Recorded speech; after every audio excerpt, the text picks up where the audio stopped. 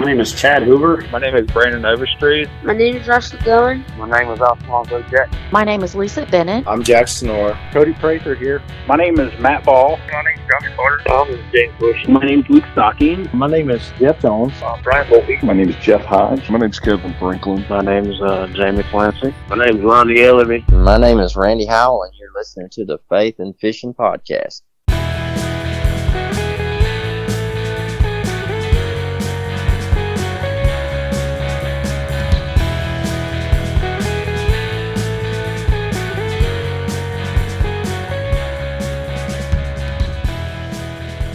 Hey y'all, welcome back to the Faith and Fishing Podcast. I'm your host Cam, and this is going to be a good episode. First, as usual, some housekeeping things. So first off, this is going to be the last episode for the season. I'm going to take a little break to spend some time with the family and get some things ready for next season. So we're going to be doing some fun things next season.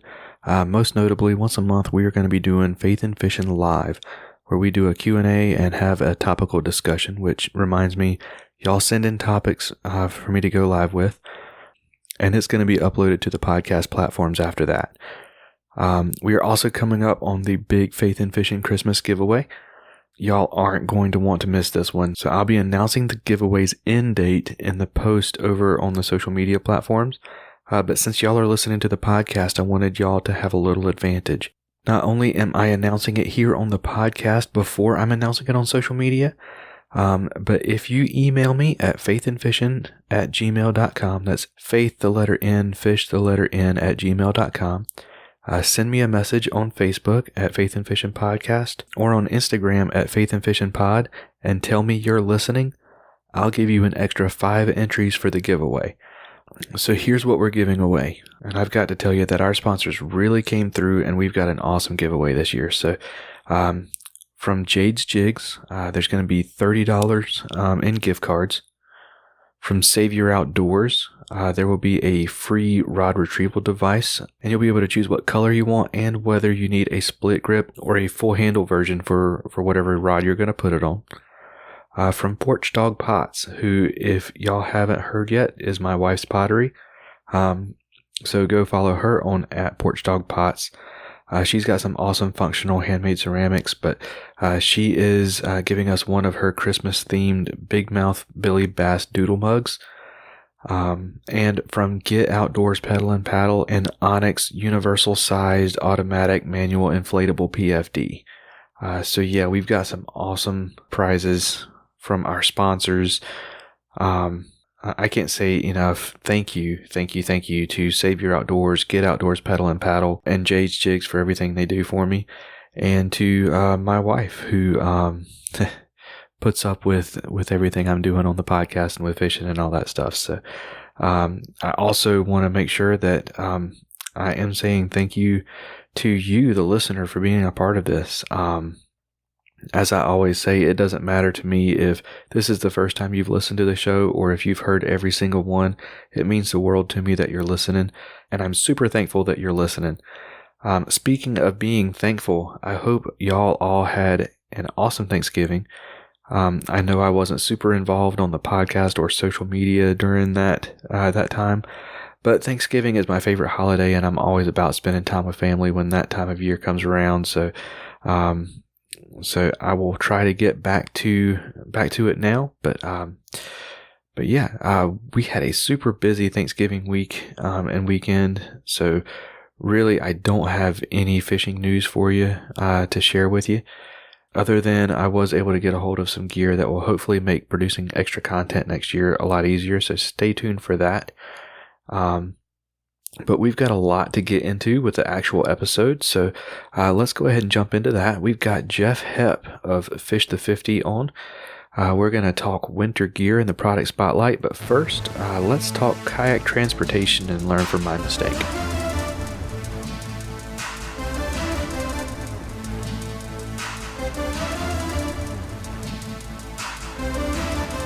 Learn from my mistake. First off, let's get an easy one out of the way. If you are buying straps for car topping your kayak, make sure they are long enough. For a wider fishing kayak, 9-foot straps probably aren't going to cut it whenever you're talking about cam straps that wrap around. So I bought 9-footers. They weren't long enough. Shout out to Get Outdoors Pedal and Paddle for hooking me up with the right size after that blunder. But more importantly, let's talk about ratchet straps and why they might not be the right option for strapping down your kayak and what can go wrong if you use them. So if you were on a kayak fishing or just plain kayaking forum or Facebook group, odds are you hear people saying all of the time not to use ratchet straps to strap down your kayak. Most likely you've been like me and just haven't listened. You think, well, that's not going to happen to me. I know what I'm doing. Well, let me tell you what happened to me and to my kayak. This happened over the summer. So I took my kayak out for a fishing trip. I wasn't planning on it being a short trip, but it ended up being a short trip because it ended up getting close to, if not right at or over 100 degrees that day. And I was done pretty quick. Now at the time I was using one of those racks that if you put the middle bar up, you can carry 2 kayaks. And if you lay it down, you can carry 1.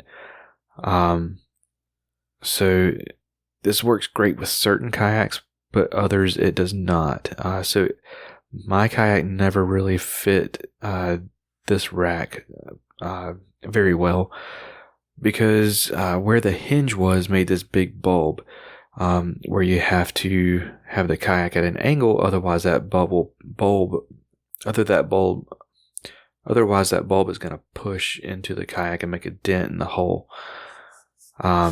Now I have foam racks from Get Outdoors that fit much, much better, and I don't have that worry anymore. But at the time in question, the situation was made worse by 2 things. One, the kayak got so hot that the plastic was less rigid than usual.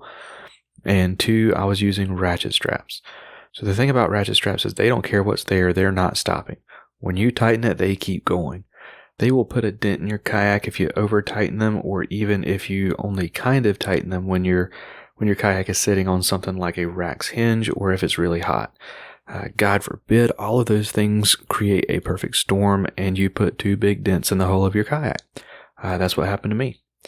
So make sure that you're using the correct kind of rack. Keep in mind I car top my kayak, so if you are carrying yours on a trailer or in the bed of your truck, it may not end up being as much of an issue as it was for me. Luckily for me, sitting the kayak out in the sun was enough to pop those dents back out. I didn't actually crease any of the seams or anything. So I learned my lesson, and now hopefully you will learn from my mistake and not let that happen to you. So let's jump into the product spotlight, where we're going to be talking about some awesome gloves. Savior Outdoors means peace of mind out on the water. Savior makes retrieval devices for fishing rods, bow fishing bows, action cams, and more, so when you drop your gear in the water, you can get it back, meaning that you don't have to panic when your gear goes in the drink. Check out SaviorOutdoors.com, that's SAVUR Outdoors.com, to learn more and to try them for yourselves.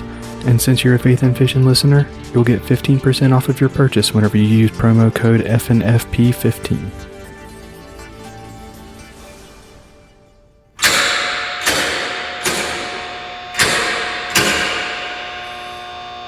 When the water starts getting cold and the air starts getting colder, it's time to start layering up and making sure that we are prepared for that weather and staying safe out on the water. Keep in mind that cold weather means different things to different people depending on where you live. Now, I've always been a hot-natured person, so I welcome the cold, but out on the water, layering with some long johns and some good thermal gear is key. It doesn't matter how good you layer up, though. If your hands are cold, you are going to be miserable. And I have found a pair of gloves that I am really loving for colder weather. And those are the Fish Monkey Backcountry 2 insulated half-finger guide gloves. It's a mouthful, but they are some awesome gloves. So they have other versions for even colder weather. But down here in North Carolina, I don't see super cold weather out on the water very often. We are usually hovering around the upper 40s to mid 50s during the winter time. Obviously there's going to be some colder weather, and there's going to be quite a few 60 to 70 degree days too. So this one is perfect for me and is right in the middle of their coolest to warmest chart.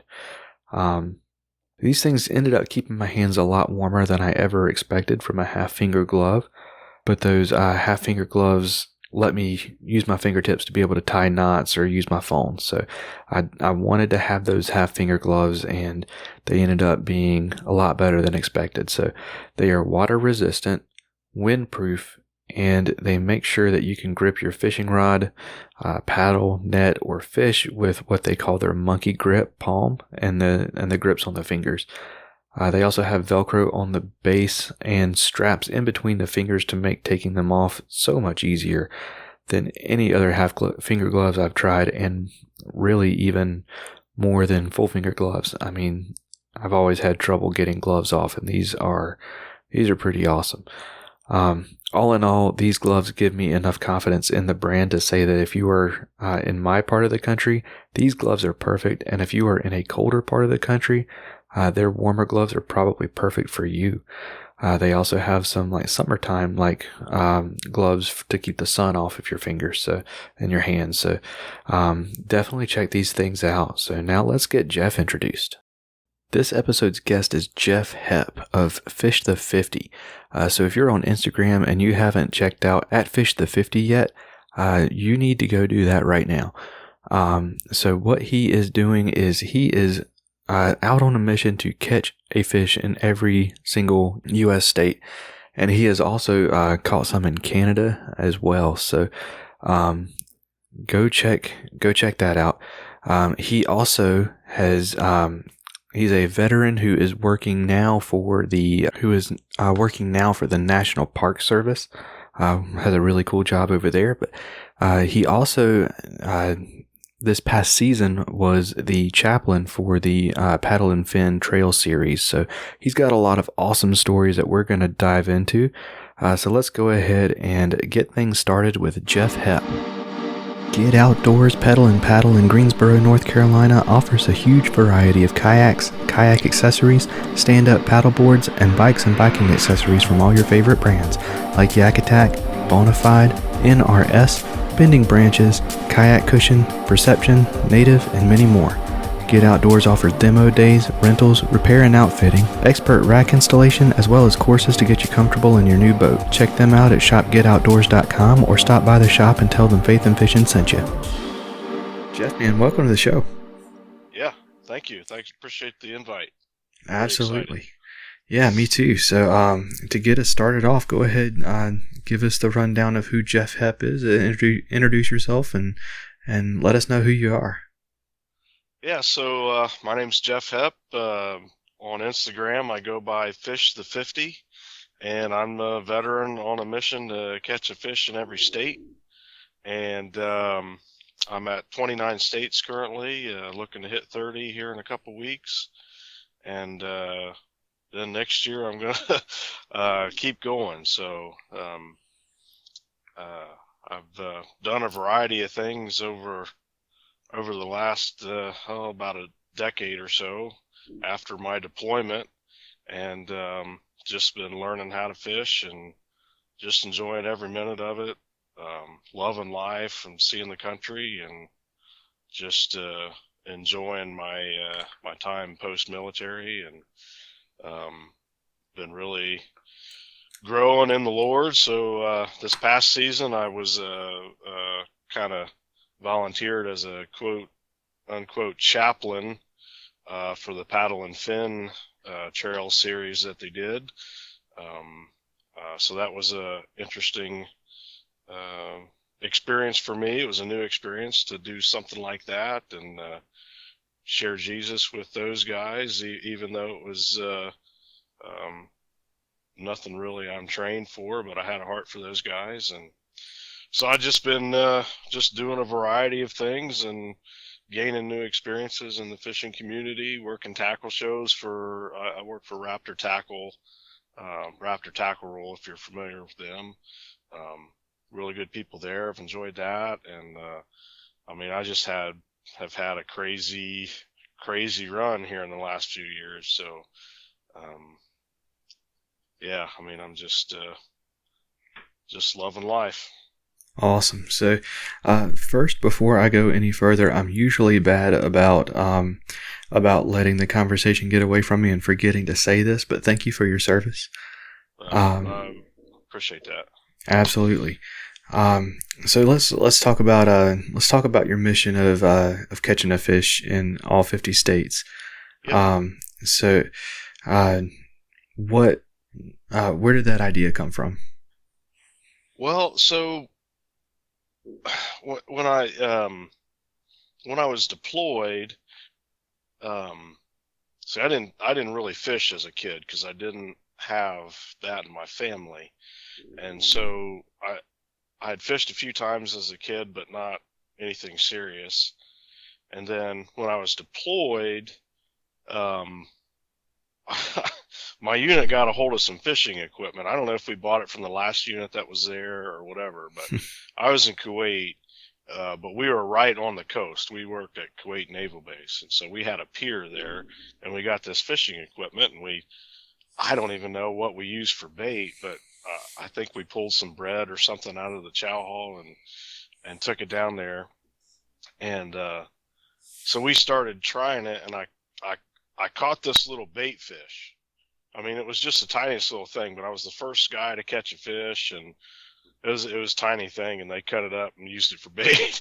But I was kind of like, well, that was cool, and honestly, I'd been having some pretty hard times on that deployment, just where I was mentally. And so that was just like, it was happy for me, it was a good experience. I thought, well, I'm going to get home. I'm going to try some more fishing. So when I got back into the States, I booked a trip off of Cape Canaveral, Florida, where my parents live. And we went out, did an offshore trip, and I caught a 50-inch wahoo, if you're familiar with those. And man, that was just, I was hooked after that. So I started fishing more at home, and we got a camper at a lake, and, I just kind of got started on it. And then my father-in-law, I ended up working, I deployed with the Army, and I ended up working for the Air Force as a civilian. Air Force sent me out to Utah.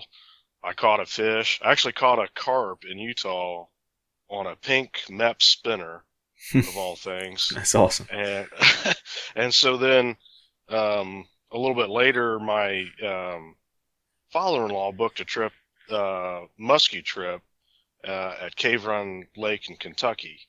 And so him and I and my daughter went down, and so we did 2 days of muskie fishing, in which was a lot of trolling at that time of year. And so we didn't catch anything the first day, but the second day we each caught a muskie. And so it was like, 3 generations of, and so when I got done with that trip, I realized, like, hey man, this is like, I've caught a fish in 5 states now, and I'm like, and then the math was really easy, that's 5 out of 50. And I was like, man, I should try to catch a fish in every state.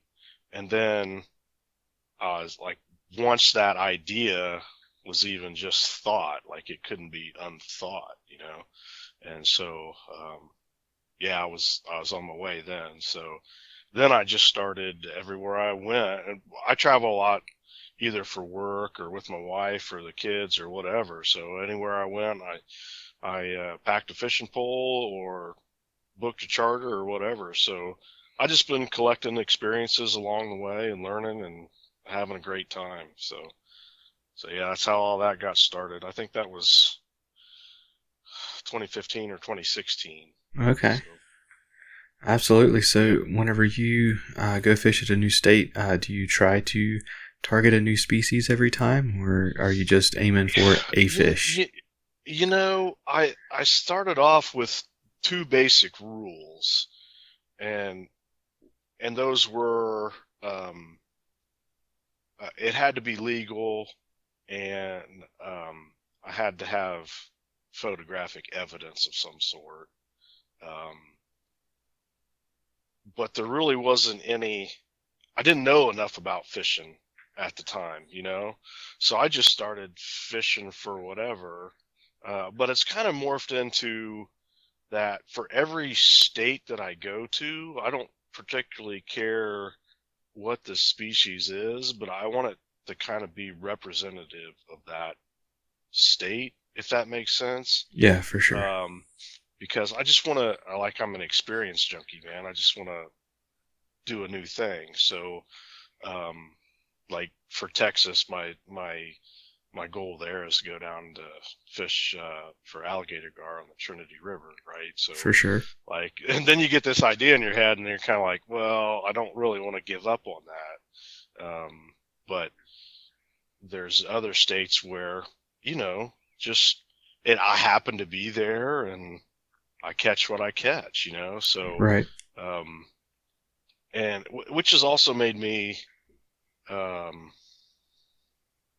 I don't know. I used to get skunked, and now that's a lot more rare, So, I mean, it's made me more versatile, and I learned something in one trip that I can use somewhere else, and gain more confidence and a lot of time on the water, and so I can do more things now. So I'm also kind of like building up, like. I want to finish on like like a huge fish or a huge trip, So I don't know where I'm going to end up, but I've got like 3 projects right now at the Statue of Liberty. So, someday I want like a big, picture of me and a striper and in front of the statue, and so it's like you get these things, you build them up in your mind, but it's not always the reality, but that's why they call it fishing, So Absolutely. yeah. Yeah. Have you? So I'm in North Carolina. Have you caught a fish here yet? I have not. I've driven through because my parents are in Florida, and we've been down through there so many times, but I have not caught a fish in North Carolina. Okay. So if you get a chance, do you have an idea of a particular target fish? well, one thing I wanted to do down there's a guy named Zach Royce. I don't know. I think that's his name. He does for blue cats on, I think it's Gaston Lake. Okay. Yeah. Does that sound familiar? And he caught the state record blue, and then like the next day caught the next state record. I think it since then has been changed, but I've always wanted to do that. We don't have plentiful blue cats here in Ohio. I mean, I'm sure they're around in maybe some lakes that I'm not close to, but we have channel cats and flatheads. So right. Yeah, I remember that story. He caught the state record on Sunday and then broke his own record on Monday before it was finalized. Yeah, and that's one of those states where, like, I want to do that because that's a new thing, right? And that's an interesting story. And so then you get that in your head, and then so I've been passing North Carolina by until I have the right opportunity for it. You know what I mean? So I hear you. So I just don't want to. I'm a lot pickier now at this point than I used to be, I think. But I hear you. And I also wanted to ask about your kind of role with the Paddle and Fin Trail series as the chaplain. So what kind of role did you have? What were kind of the responsibilities or things that you handled? Yeah, so that's a crazy story. I met the Paddle and Fin guys, I think some of them at the Cincinnati Fishing Expo, and one of the guys, Brad, was interested in the tackle rolls, so I did his podcast and talking about the gear, and then I think it was Brad and Brian were on, and I really like those guys. I mean, even just doing the podcast episode with them, and so I kind of started following their social media, and I locally here I fish I had a cheap kayak at the time, but I do a lot of kayak bass fishing because I have a membership at a local gravel pit, so that's the closest thing I can fish. So that's what I fish most often. Okay. And so, I started following these guys. I'm like, And, on my deployment, I really rededicated my life to Christ because I was in a bad spot there. So, you know, I've been, I've done some other smaller ministries before, and, I was kind of out of that last thing. I used to fix up cars and give them away or help people with car repairs and stuff. So, um, I haven't been doing that for a while, and I was looking for a new ministry, and I've been praying about it. And I woke my wife up one night and said, "Hey, I think I'm supposed to be a chaplain for this bass fishing tournament," because this was after Paddle and Finn announced their trail series. I'm like, these are states I haven't been to. It works out great in my schedule, and I really like these guys. And I don't know, like I'm not trained as a chaplain. I'm just a guy with a heart for God and sharing love with people. And so it was like, I don't even know what that word means, but I know that a chaplain in my walk was there at the time I needed it most. So I'm like, hey, fishermen deserve service too.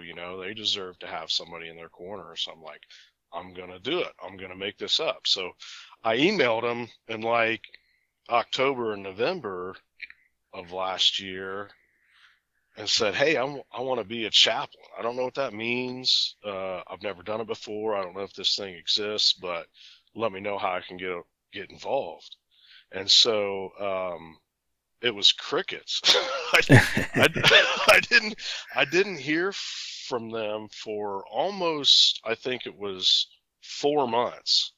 And I'm like, well, these guys, I'm not going to, and I told them in the email, I'm like, I'm not going to force anything. I don't want to take any time in your schedule because, sometimes as Christians, like, some people can be so off-putting when they're so aggressive in things. And like, I'm like, For sure. and so I didn't want to do that to them. And,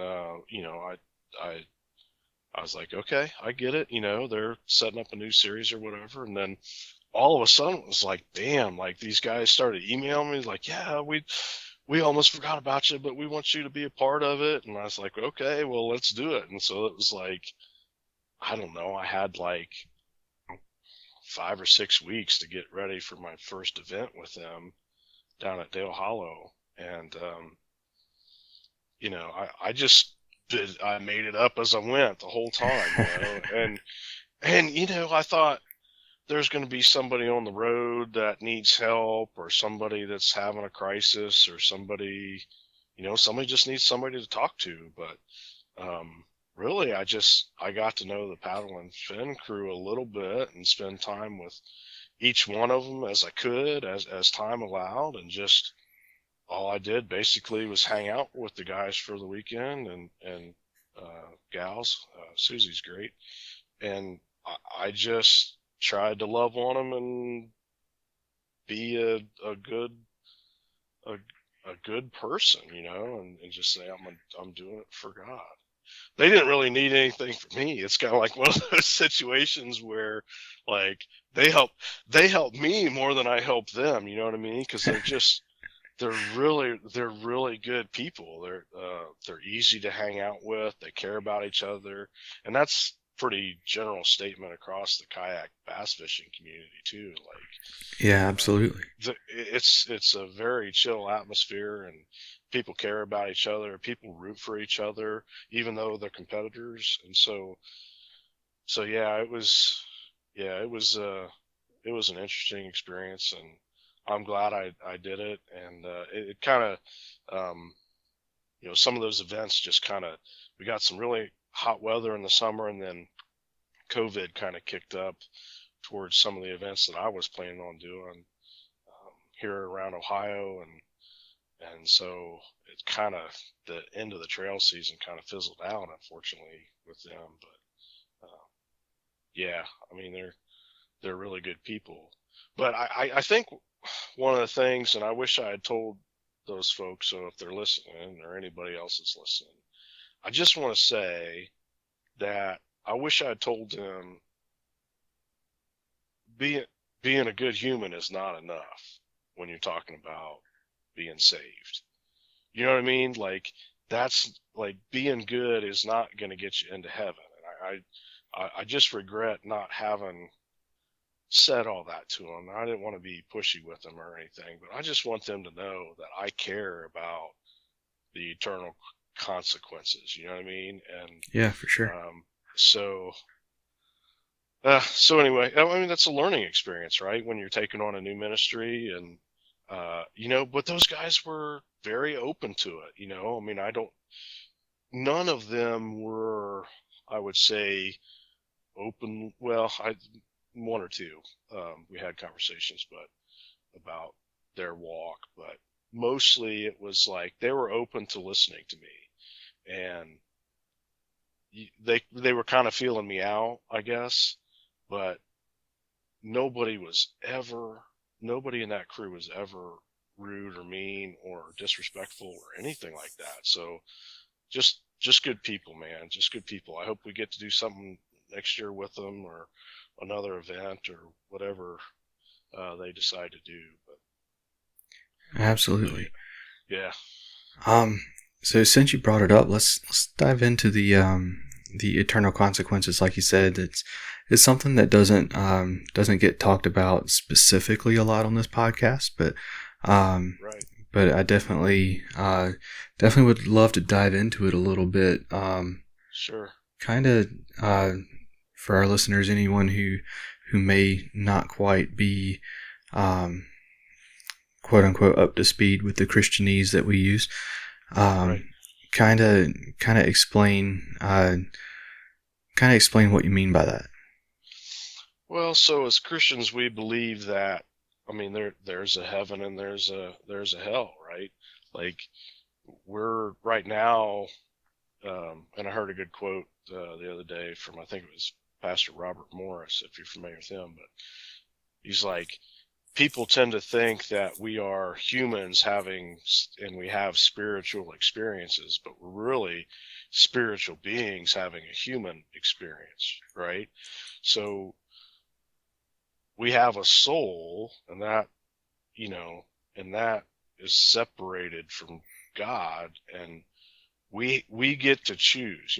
God sent us here with free will to choose to love him and be with him for eternity, or not. You can choose to not if you do that, because he wants loving, willing participants in that relationship. So when we have this choice, and we have our time on earth to make that choice,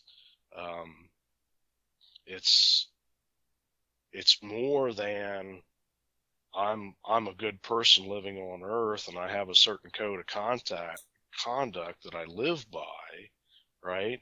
I treat people well, but I don't have that relationship with God, and I haven't developed a personal belief in Jesus Christ having come and died, resurrected, and set us free from our sins. Then I don't have my name in the book, right? So that's the book of life, right? We call it. And so that's what we consider to be the eternal consequence. You're choosing, and people say, well, why would a loving God send somebody to hell? And it's like, people choose that. That's your choice. And I want people to know that I care about where they end up. But it's more than that too, because it's like once you're saved, I want people to also know that it's good. Like, life for me is good. I am having a blast. I'm blessed. I feel better than I ever have, in the darkness of depression and suicidal episode I had, and I'm out of that. I'm set free of that. So there's a goodness in life on earth, and then there's a eternal presence with the Lord. So I want people to know about that. I want people to be able to choose that, and but I also want to be a good representative of that. Like, that was one of my main focuses on being with the guys at Paddle and Fin. It's like, I want them to see what I believe. I want to mimic Christ so that they see him through me, right? And I'm not perfect, but I think I do well sometimes, and I hope I hope I reflected well for Christians, and it was a positive experience for them. So, oh man, that's a lot. That's a lot, but yeah, I want people to know that. Absolutely. That it's That's a awesome. choice it's a choice you have to make. Absolutely. And I wanted to touch on what you said about how life is good now, now that you're saved. I don't want to necessarily like trick people or anything into thinking that it's all sunshine and rainbows once that happens. I mean, you can listen to the episode with Kate Field and how you still struggle. Yeah. But Yeah. the way I kind of liken it is once you learn to let go of control and let God take control of everything. It's kind of like whenever you are driving on a really busy highway for the first time, you're so afraid and everything. You're on edge. Everything is moving fast and everything is scary. Versus, whenever you, are in the back seat with your dad driving, and how you never even pay attention to what's going on around you because you have complete trust that daddy's driving and he knows he's a great driver and he's going to get us there safe. And it's that kind of, it's not necessarily that everything going on isn't important or isn't scary. It's just that, you have that trust that, and you're able to relax and be at peace because you trust the driver. Right. But right. Yeah, for sure. Yep. But I definitely wanted to hear some of your faith story, man. What was it that kind of got you to the point where you are? Oh, wow. So, I mean, I've never I've only once or twice have I sat down and talked all the way through it, but I'll try to give you a quick digestible version. But so I was saved at a Billy Graham crusade. I know I'm only 45, but back in the late 80s, I guess, something like that. I was probably a junior high kid and raised in church and all that, and saved, and um, I just kind of fell away. I didn't really start walking in it. I was saved. I was a good person. I was a good student. I treated people well, but that old trickster, the devil, it just, I think what happened to me most is that as I went through high school, had some bad experiences, and it just started steamrolling. It's like I recognize the world as a not great place. I think when you grow up in a Christian home and everything's good, and then as you get older, you start realizing that the world sucks, right? And so I started collecting bad experiences, no matter how small, and I just internalized them.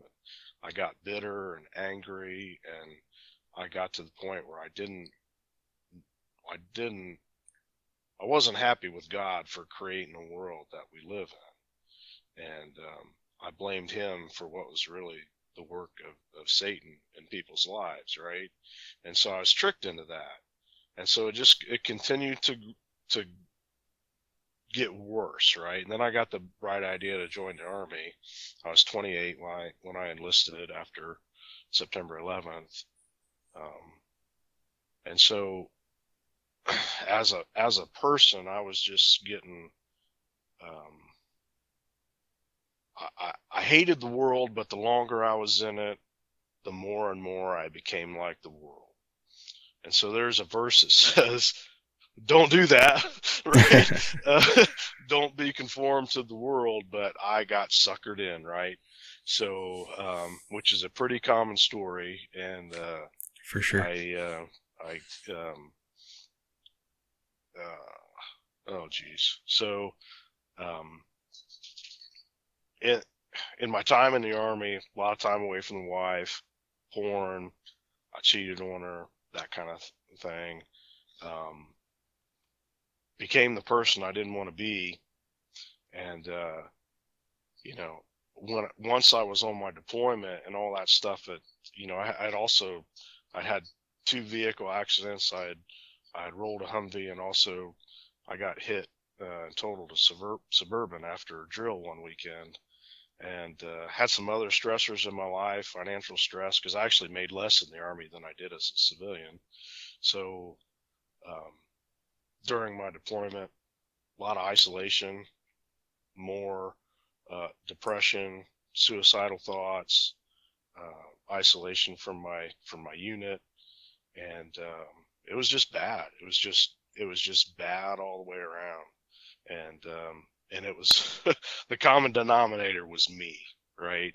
And that's where the Bible says you got to die to yourself. You know, you got to die to yourself so you can live for Christ. But I wasn't there yet, but I knew, having had a Christian foundation, I knew that something was not right in my heart. You know what I mean? My heart was getting harder and harder and harder. But I knew that something wasn't right. So we worked midnight to noon. I worked at a tower, a guard tower. And, so I was gotten to the point where I actually had a plan. Actually, I had 2 plans to kill myself, and one of them was to hang myself from the guard tower at the front tower so that I would embarrass my unit when they found me in the morning. And my other plan was to turn my 240 Bravo, which is a belt-fed machine gun, turn that on myself and zip tie the trigger open. So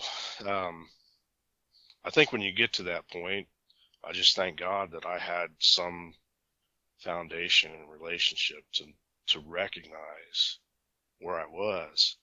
And I kept trying the chaplain's door, you know. And since since we worked late, midnight to noon, the door was usually closed because I just worked an odd shift. And so I tried it one morning as I walked into chow about 4 o'clock in the morning, and the door opened, and I see this chaplain. He's just sitting there. He's sitting straight up, like he was awake, but he was dead asleep, just sitting there in his chair, racked out. He had no idea what time it was. And so I just kind of knocked on the door, and he woke up, and he's just like, well, there you are, you know? And I was like, I just spilled my guts, man. I mean, I just basically verbally threw up all over this guy's floor and spilled it. And he was somebody there to listen to me, and he'd heard it all before. But he said something to me which most people might take as a maybe a slight or an insult, but he said it in love, and he said, "You're a hypocrite, and you've become what you hate." And I mean, it was like a red hot poker, man, just coming through and touching my heart.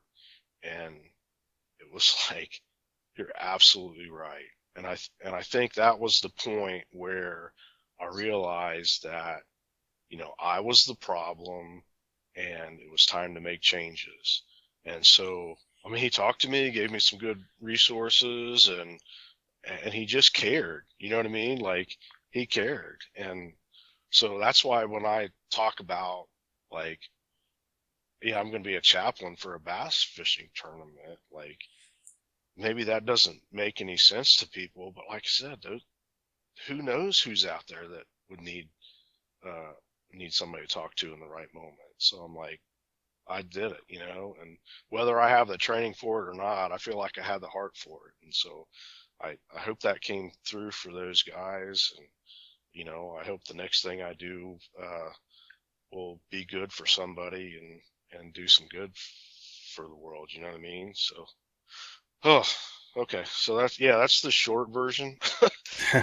There's some other things happen, with some incidents, people running the gate and some other like really stressful experiences that were all mixed into that is a lot more complicated. But, so yeah, that's, that's the 10-cent version. Oh man, the 10-cent version packs a punch too. That's for sure. Yeah. That's Yeah. It's hard to talk about, man. It's hard. And when I say that I caught a bait fish in Kuwait and that brought happiness to me, you got to think of it in that context. You know what I right. mean? Like when I go catch a fish and when I'm going to catch a fish in a new place or see a country that I signed up to die for, like it's meaningful to me. Like I have this chance at my life now, and I'm sucking it down, man. Like I'm not. I can't. I feel sorry for people that don't go after their lives with purpose.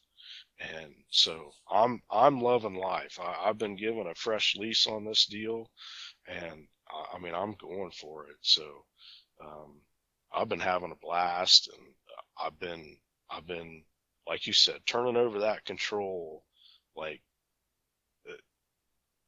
that is one of the most freeing things, because a lot of my issues were about control and independence and selfishness, right? So turning stuff over to God, and I mean I have more, that's, they say life more abundantly, and that's the way I feel. So I mean I want people to have that same opportunity, you know what I mean? And if we don't tell them about it, and not just tell them about being saved, but help teach people to walk in the goodness of God after they've been saved, right? I mean, it's kind of a twofold thing. Like there's the eternal decision, and then there's what we can do on earth here to glorify God and enjoy what He's given us. So Absolutely. yeah. Awesome. Well, man, there's a few questions that I always make sure that I get a chance to ask all of my guests, and I want to kind of transition towards that. But the favorite for myself and a lot of the listeners is what fishing story or memory means the most to you. You know, I've already shared a couple of them. I mean, obviously the fish I caught in Kuwait was a turning point for me, and then that wahoo I caught in Florida was a starting point, and then the trip muskie fishing with my father-in-law and my daughter, that was a pretty good memory. But I mean, they all are. I mean, one of the reasons I started the social media was not so much for social media as it was just a free place to store pictures and stuff and make videos of my trips. So, I mean, I've got so many great memories that it's hard to kind of pick one. Another highlight is, I fished the day I worked at the Bassmaster Classic, the 50th anniversary of that, and so that was near Lake Gunnersville, Georgia, or is that Alabama? Gunnersville's Okay. Alabama. Yeah, Alabama. So I was down there, and then uh, the day after the classic, I went out and got a guide for half a day before I flew home, and I caught like, I don't know, 15, 16 pounds of bass. And I mean, it was just a blast, and then you dream like, this is the day after some of these pros blanked, so it was like, For I sure. felt pretty good. I felt pretty good about that, but I mean, I know it was all my guide, but, Yeah, but that was a good memory. So, I mean, I caught a sturgeon up in British Columbia. I mean, that was a blast. I mean, there's just so many fun things. So I'll stop there. I can't pick one. So are you going to start counting Canadian territories too, or are you just going to count Yeah. Canada as one? Well, so I have two. I have two provinces. British Provinces, that's the Columbia. word. Yeah. And I think they have 10, and then there's some territories too. So that's kind of weird. Um, and I don't know exactly, but so the sturgeon trip that I did, actually, it was a Facebook contest. I actually won that trip. Oh, that's awesome. Yeah. So, but I was, I wasn't making the kind of money I am now. So we drove out there from Ohio, and we fished along the way and stopped, and then hit Glacier National Park, and then came back. But I think I got 3 or 4 states plus British Columbia on that trip. And then Ohio's pretty close to Ontario, so we go to Ontario every year or so, and so I've got a bunch of fish up there. Absolutely. And I don't want you to have to share anything that you need to keep confidential or anything. So I'm not going to ask for any kind of details or anything. But have you hit the moment where you're like, this is why I'm a chaplain? I'm not tracking your question here. So. That kind of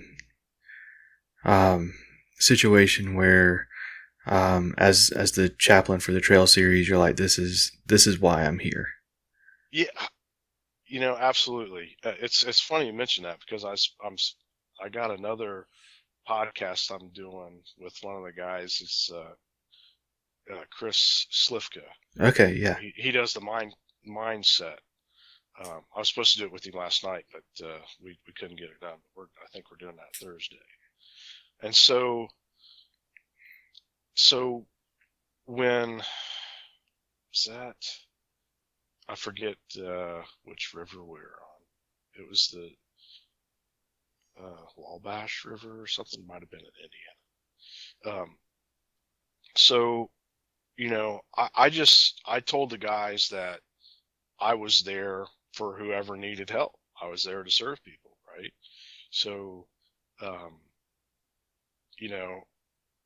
at the end of that, he was lost. Like he was missing in action. I don't know if he was lost, but everybody in the tournament was like, "Where is this guy? Is he face down in the ditch or what?" And so he finally got a hold of somebody, and I had just made all these little plastic business cards. So I made them with my cell number and email and stuff, so people could hold them, put them in a tackle box or whatever, and they were waterproof. And so this kid got a hold of me somehow, or through Brian or somebody, and it's like, "Hey, I don't have a ride back to the ramp. I'm 10 minutes out, but I want to, I've caught fish, but I gotta turn them in and make the post meeting or whatever they call it." I'm like, "Okay, like this is why I'm here, right?" So, I mean, he pulled up to the ramp, and I mean, it was cutting it close, man. And like, I already had my kayak all strapped in, and I just got I've got a short bed Chevy pickup, and no trailer or anything like that. My one kayak fit on there pretty easy, but we had his kayak and all his gear, and I mean, we just shoved it in there and strapped it down as best we could, and just running back to the the tournament headquarters where they were doing the post meeting there, and made it just in time, and he got all his fish submitted, and I think he placed, I don't know, he placed enough to get one of our big fake checks. So I mean, but after that, I mean, and that was cool. Like, doing that was great, to be able to help anybody, because I like to cheer people on. I think I've had so many detractors in life and been in such a bad situation myself that I just try to be an encourager. So that's one of the reasons why I'd rather be the chaplain than compete, because I want everybody to do well. But anyway, so it was nice to have that experience just to get him to that. But then afterwards, I had to run him to take his kayak back to his truck where he had put in.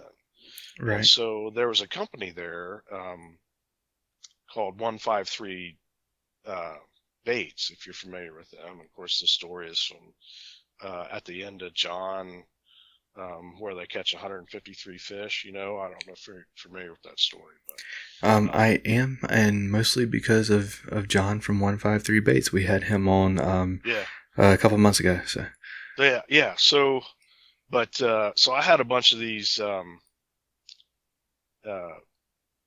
soft plastics that they had put together and had got from 153, and we got to talking about Ned rigs or something, because I was fishing. Like, I mean, I don't care, I wasn't in the tournament, but I was catching fish on the river, and we talking about the baits I was using or whatever. And so I gave him, because 153 really good guys, was part of one of our sponsors, or whatever, at the Dale Hollow event. So I was got to talking about that, but then I got to tell him the story about what 153 was about, and talk about, John chapter 21, I think it is. I mean, it was what, a 5-10 minute ride, and you get to share a little bit of Jesus. And I don't know if he even cared, right? But that I was like, if I did the entire trail series and that's all that happened, is I helped a guy finish and got to share with him, then that was enough for me. You know what I mean? absolutely. And I had some other incidents with some of the guys that I don't know, I wouldn't share necessarily, because it was probably a little more personal about their walk and Right. what they believe, and maybe something they're having an issue with. But I mean, it's snippets. Like, it's not like I wasn't out there. The Bible talks about, some plant and some water, right? So not, I was just out there watering, I guess, or planting seeds, but I may not necessarily reap that harvest, right? So if anybody got anything out of me being around, I feel good about it. So it is what it is, right? And it was my first time doing it, so I'm just hoping I did well. I mean, it's not like you get a scorecard at the end of the year as a chaplain, Right. So, yeah. Absolutely. All right, man. Well, with all of our guests, we do a segment called "What's Your Favorite?" To kind of close it out. So, it's self-explanatory, but I'm going to ask your favorite in a few categories. So, what's your favorite scripture? So yeah, that's Joel 2:25, I think it is, and it's a verse about, it says, let me see if I get this right. I will restore to you the years that the locust has eaten. And it's so meaningful to me, because it's like God sees our struggles and sees us going through that, but then as we work past that, He's going to restore that to us. And I think we I think we tend to think of time as so linear and so finite. The Bible actually says, a year with the Lord is like 1,000 years, and 1,000 years is like a day or something like that, right? So it's like time is relative, and when God promises that He's going to restore those years to you, I mean, I don't take it to mean necessarily that my life is going to be longer, but my life with Christ, my life in walking with God is going to be more fulfilling.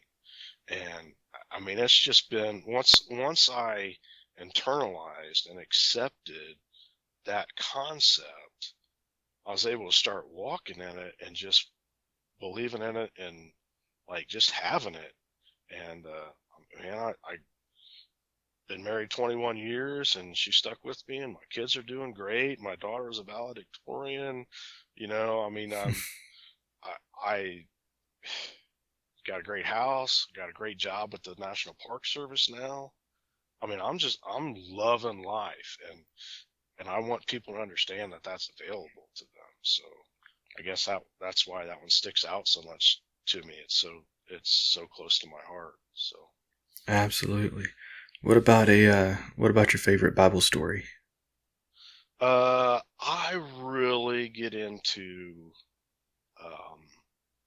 the both the parable of the Good Samaritan, because there's so much in there, and also the prodigal son. Like, For sure. those two, I get a lot out of. I mean, because those things are those particular stories. I have some touch points with them in my own life, right? So, yeah, those two are something I dwell on a bit. Absolutely. What about your favorite fish to catch? My favorite fish to catch is probably, man, that's so yeah, I think I gotta go with smallmouth bass. I mean, pound for pound, they're just aggressive and they fight hard, and I think they're both challenging, but at the same time, like, um, they can be predictable at times, so you can really have a good day doing it. Um, so yeah, I gotta say smallmouth. Awesome. And then what's your favorite fish to fish for? So yeah, I mean, if I had my pick, I'd fish for smallmouth and pike, um, and that's really coming from a point of view of having learned to fish with my father-in-law and fishing in Ontario with him, and it's just familiar. I've geared up for it, and so yeah, it's like smallmouth and pike on in Ontario Lake, back in the remote areas. That's tough to beat, man. For sure. Yeah. Yeah, we don't have pike where I'm at, but I've caught a bunch of some big chain pickerel, and that body shape and that style, and just the mean look that they have. I love them, man. Like a bar of soap with teeth, but they're awesome. Yep. All right. So, what's your favorite fish to eat? Well, so wahoo was what got me hooked, because we caught that wahoo in Florida, and it went in a cooler, and it was probably a 30-pound fish, and took that back, and then some of the restaurants there at the Port Canaveral will cook your catch for you. So we did that, and we got 2 plates of I think one was blackened and one was glazed. And if you've never had wahoo, it's just amazing. It is so good. So I have had wahoo, but I've never had wahoo cooked. The wahoo that I had was raw, and it was fantastic. Yeah, it's so meaty, and it's almost like a steak. I mean, that fish is so designed for speed. I mean, it's just all muscle. Um, so yeah, that was great fish. I love eating walleye. I don't like fishing for walleye. So people are like, oh, you're from Ohio, you go up to Erie, and like, yeah, I mean, the walleye fishery in Ohio is going amazing, but I don't get into it. I like to eat walleye, but I don't get into catching them because I just think they just lay there. But anyway, yeah. So I like to eat walleye when I get a chance. Okay.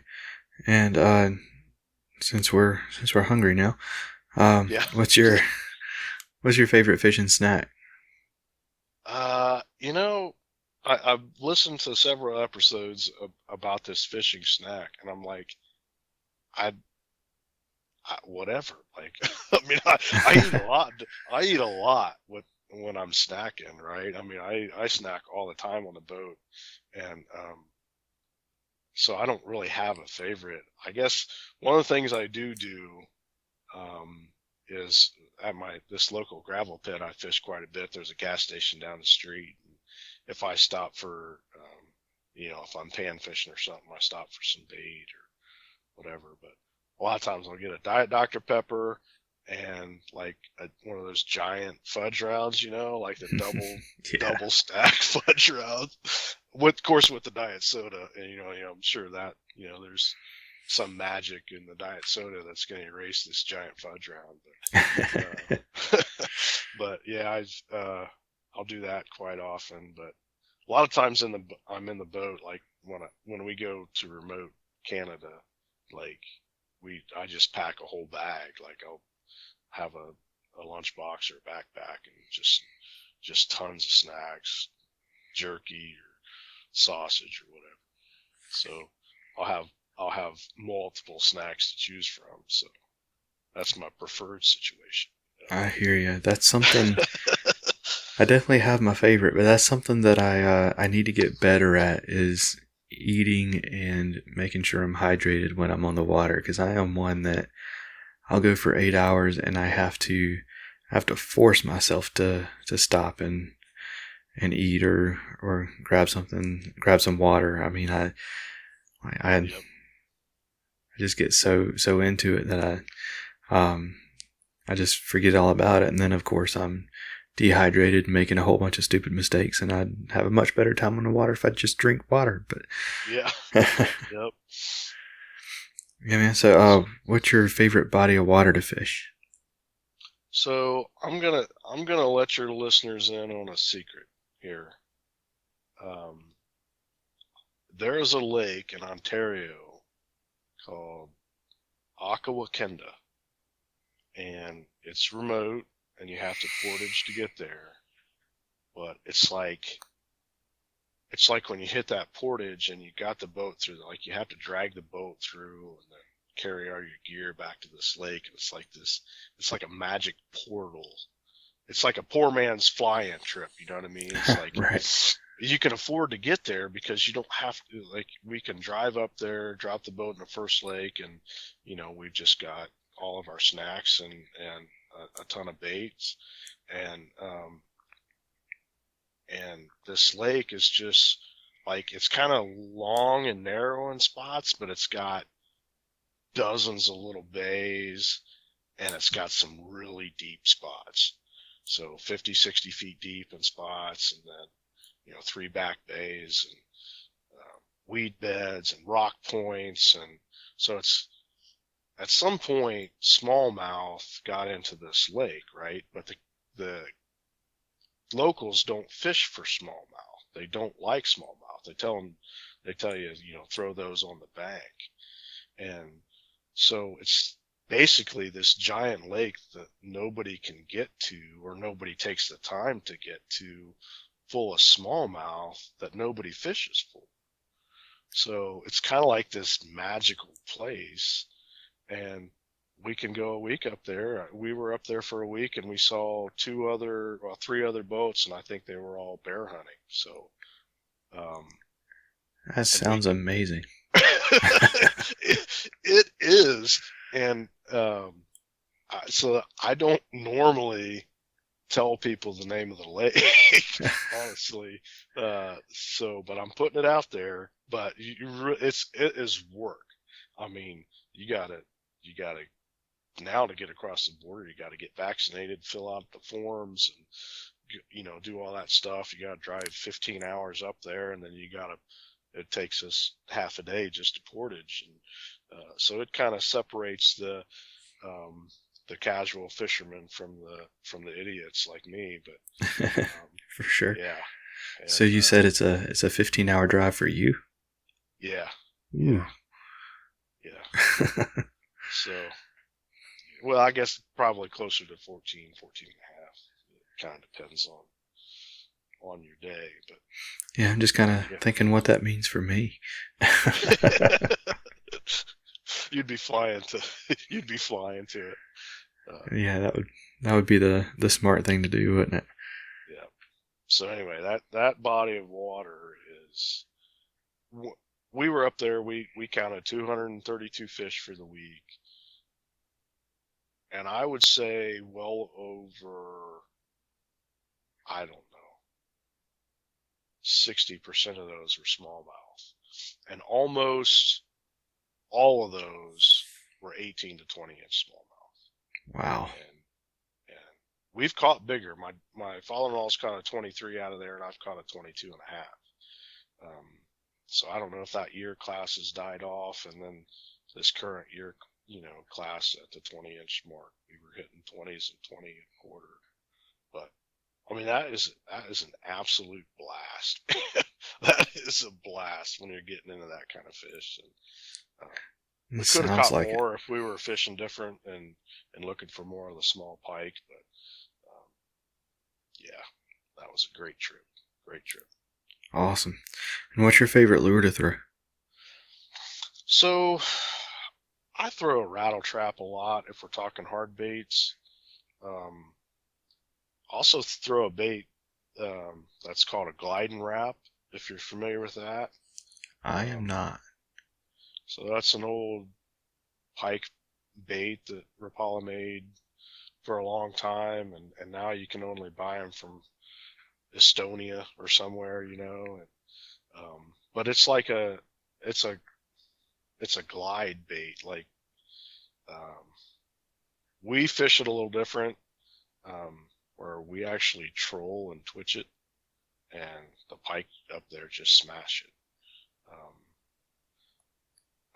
I also fish a bait up there in the same lake, so I'm giving away all my secrets here. I fish a Rapala Super Shad, I think it's called, which is a big balsa wood bait with a lip on the front. But one time I don't know what I was doing, but I cast the bait out. I probably backlash or something, and a bird nested it and was picking at it. And so this balsa wood bait was just floating out there in kind of a chop on the water, and a smallmouth just come up and smashed it. And I'm like, well, that's interesting. So I just started doing that. And so I will take that and just, if we get into a weed bed where we know there's fish and there's a little bit of wind, not a lot, but a little bit, I will throw that Super Shad out there, let it sit on top, and then just twitch it under the surface and float it back up. And they just crush it. They annihilate it. It's like they hate the bait. They come in sideways. I've hooked them, in the stomach and the tail, and they'll have like 2 and 3 hooks in them, and it's just so aggressive.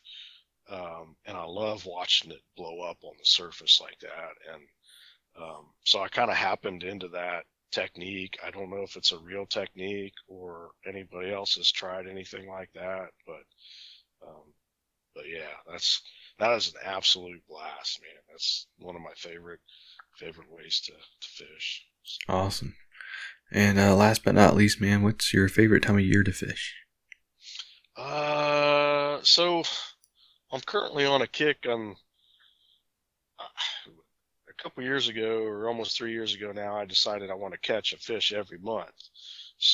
And I just set random goals at different times to keep me like intermediate goals between trying to catch a fish in every state, because like I got to break it down into pieces, so I set a goal to catch a fish every month of the year, at least one fish every month, but I'm coming up on, it'll be 36 months in a row. So I've really gotten to the point where like I will try to fish all year in any weather.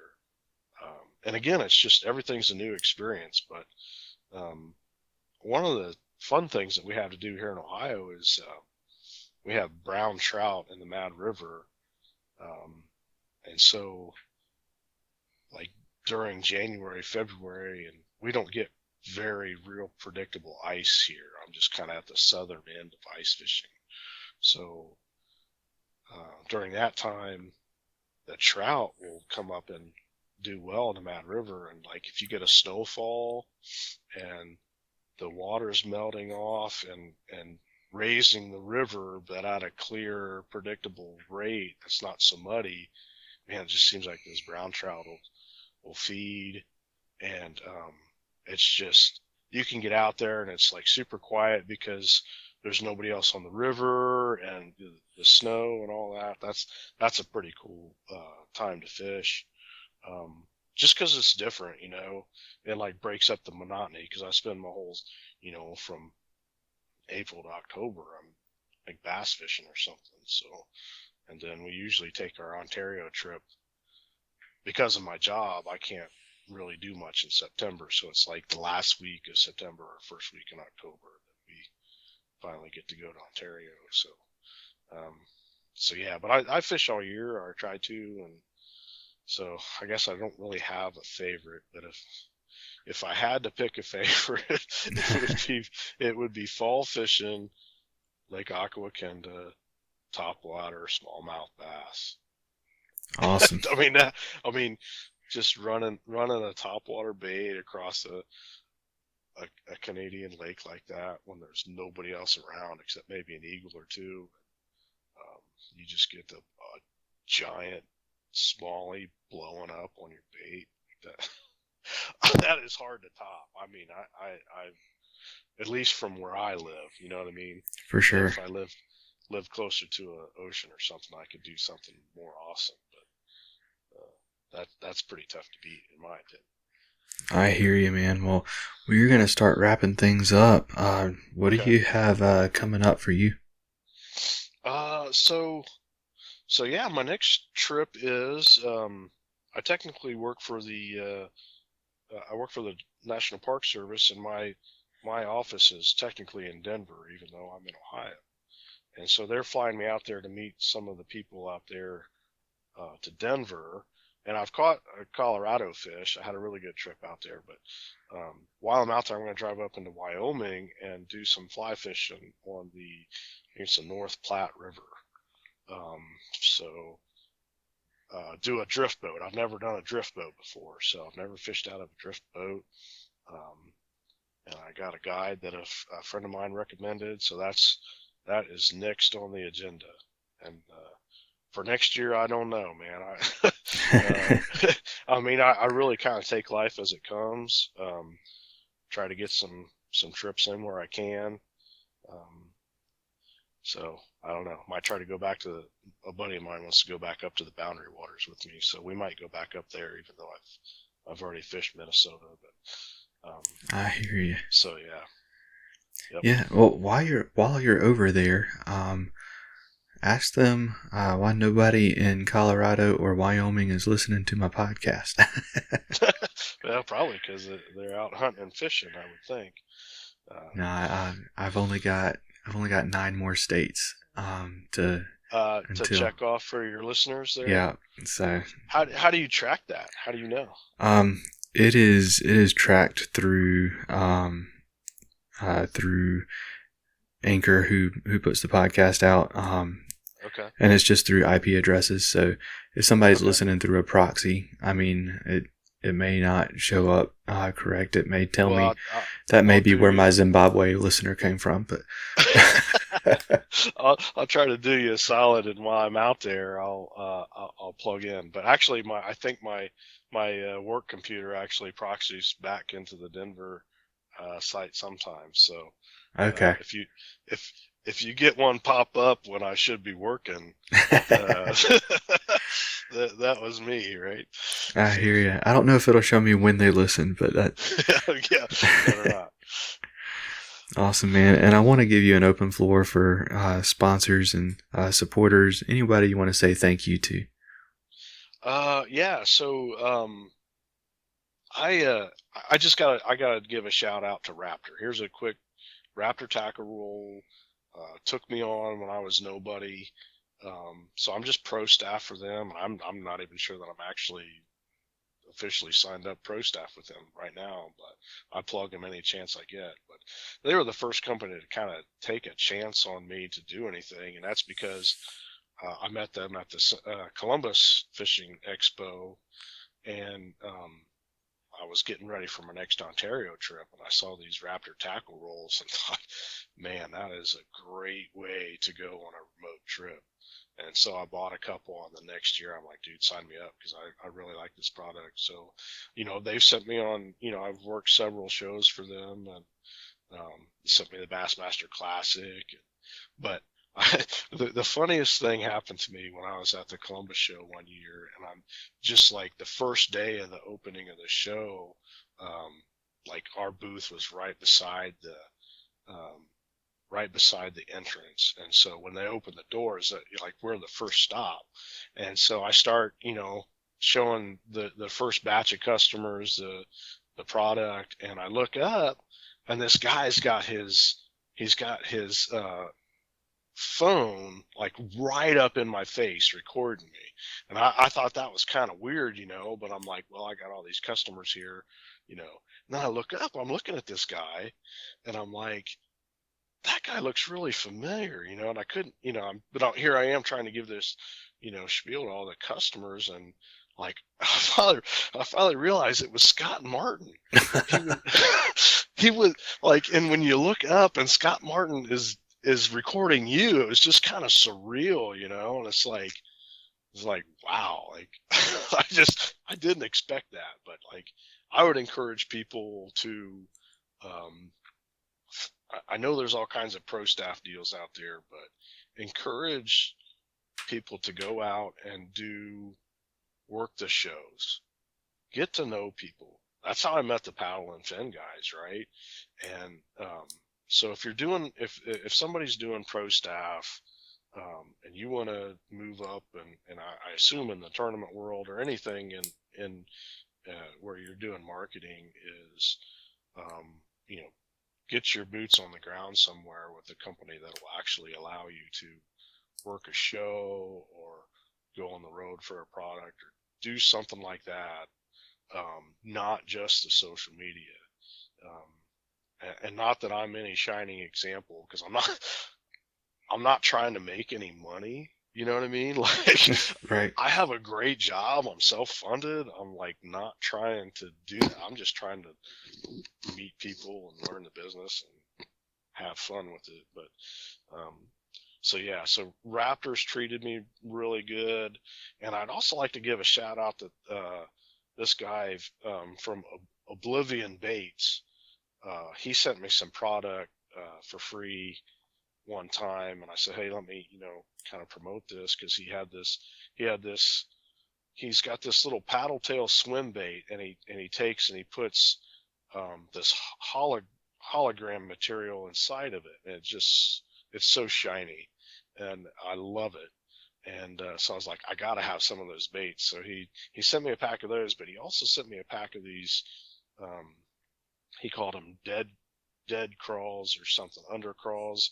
So the crawdad style bait, blue with orange pinchers on it, and he puts a really heavy scent on the bait, and I caught some really nice smallies up in Ontario with that. So shout out to him for sending me some product. And I mean, there's a dozen other people that that's never given me nothing, but I really like them. So I don't know who that would be, but thanks everybody. Cause I mean, like I said, this is about experience for me, not necessarily money or anything like that. But, so yeah, and thanks, for you. I mean, for having me on the show, man. I'm like, I'm not real practiced and versed at, giving my testimony or anything yet. And I mean, honestly, like it does take practice. Like it takes a willingness and an opportunity to open up to people. So, so thanks for doing what you're doing, man. I mean, and I hope other people get the opportunity too, you know.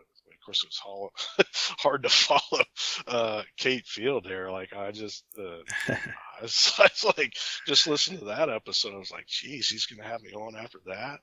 Like, oh my goodness. But, Well, if it makes you feel any better, Brian Schiller was in between y'all, so.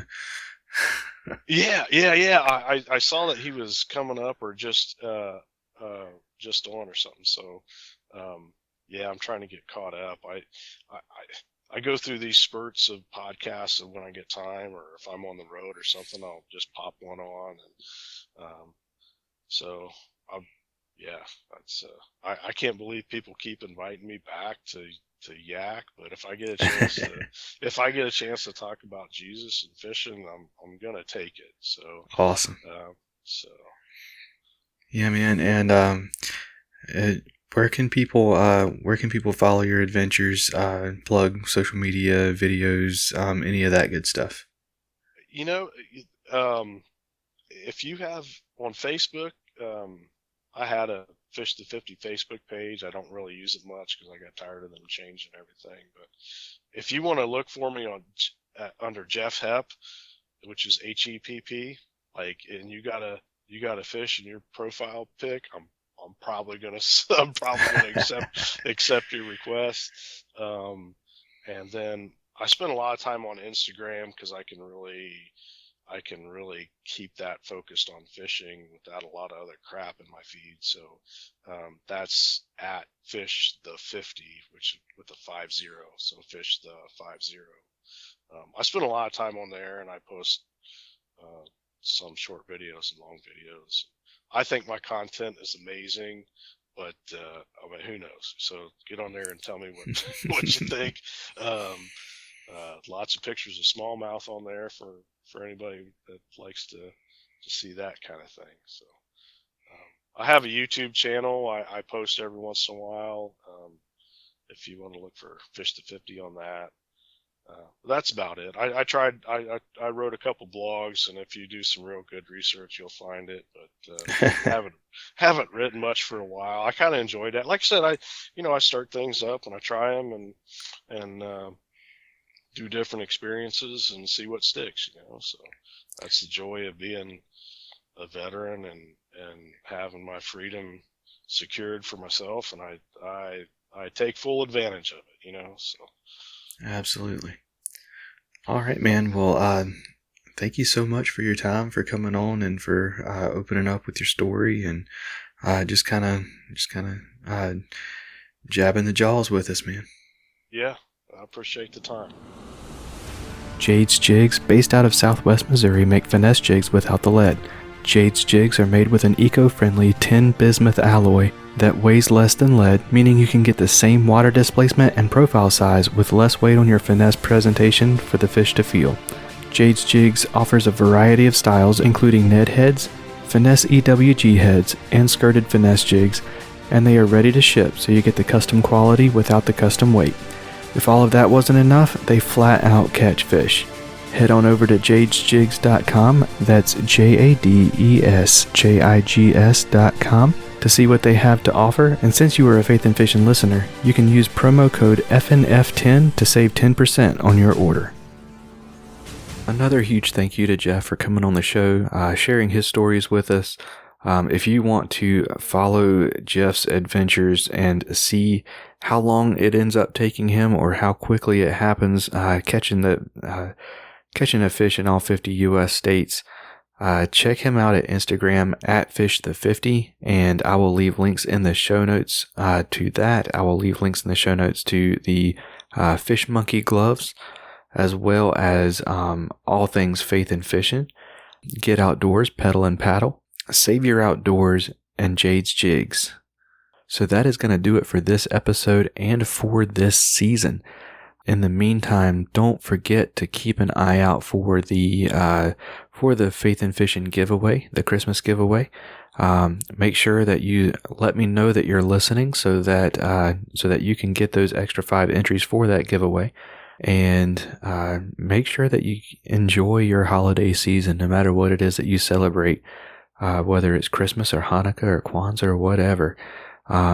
Enjoy your holiday season, and I will catch y'all in the middle of January probably. So y'all take care, and God bless. Thank y'all for listening to the Faith and Fishing podcast. Be sure to give us a rating and a review if you enjoy the show. And follow the show on Instagram at Faith and Fishing Pod or at Facebook.com/Faith and Fishing. Be sure to reach out to one of the amazing pastors in your community if you have questions about faith, and make sure you join the Faith and Fishing community on Facebook. Special thanks goes to Tyler Worrell, the graphic designer behind the Faith and Fishing logo. The Faith and Fishing podcast is produced by Cam Steele, and the music for the show is written, recorded, and performed by Jonathan Inthlanzy and Cam Steele. Thanks again for listening. Y'all take care, and God bless.